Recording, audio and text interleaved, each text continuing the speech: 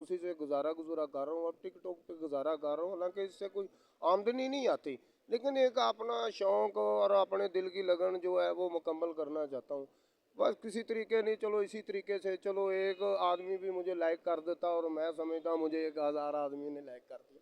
और ये हमें खुशी होनी चाहिए कि एक आर्टिस्ट को लोग अच्छा रिस्पॉन्स जब देते हैं तो उनका काम करने को जी करता है। और हम जी से हम काम करते हैं, हम छोटे मोटे रोल भी करते हैं। अभी तो कम कर रहा हूँ। मेरे साथ ये असलम घोड़ा है, ये भी बड़े मशहूर हैं, बस अपने नाम के साथ वक़्त के भी घोड़े हैं। और ये देखे ना जैसे खड़े हुए हैं, ये जैसे कि इनको ऊँट ने लत मार दी और ये मेरे पास आ गए, इसलिए ये खड़े हुए हैं। और हम कुछ सीन करेंगे, आपको सीन दिखाएंगे, हमें भी शौक है, लेकिन अफसोस के हमें को पूछने वाला नहीं है। ऐसे फिल्म इंडस्ट्री है, उनको भी चाहिए कि देखे, जिनको चाहिए काम पे उनको नहीं लाते। हाँ, जिनके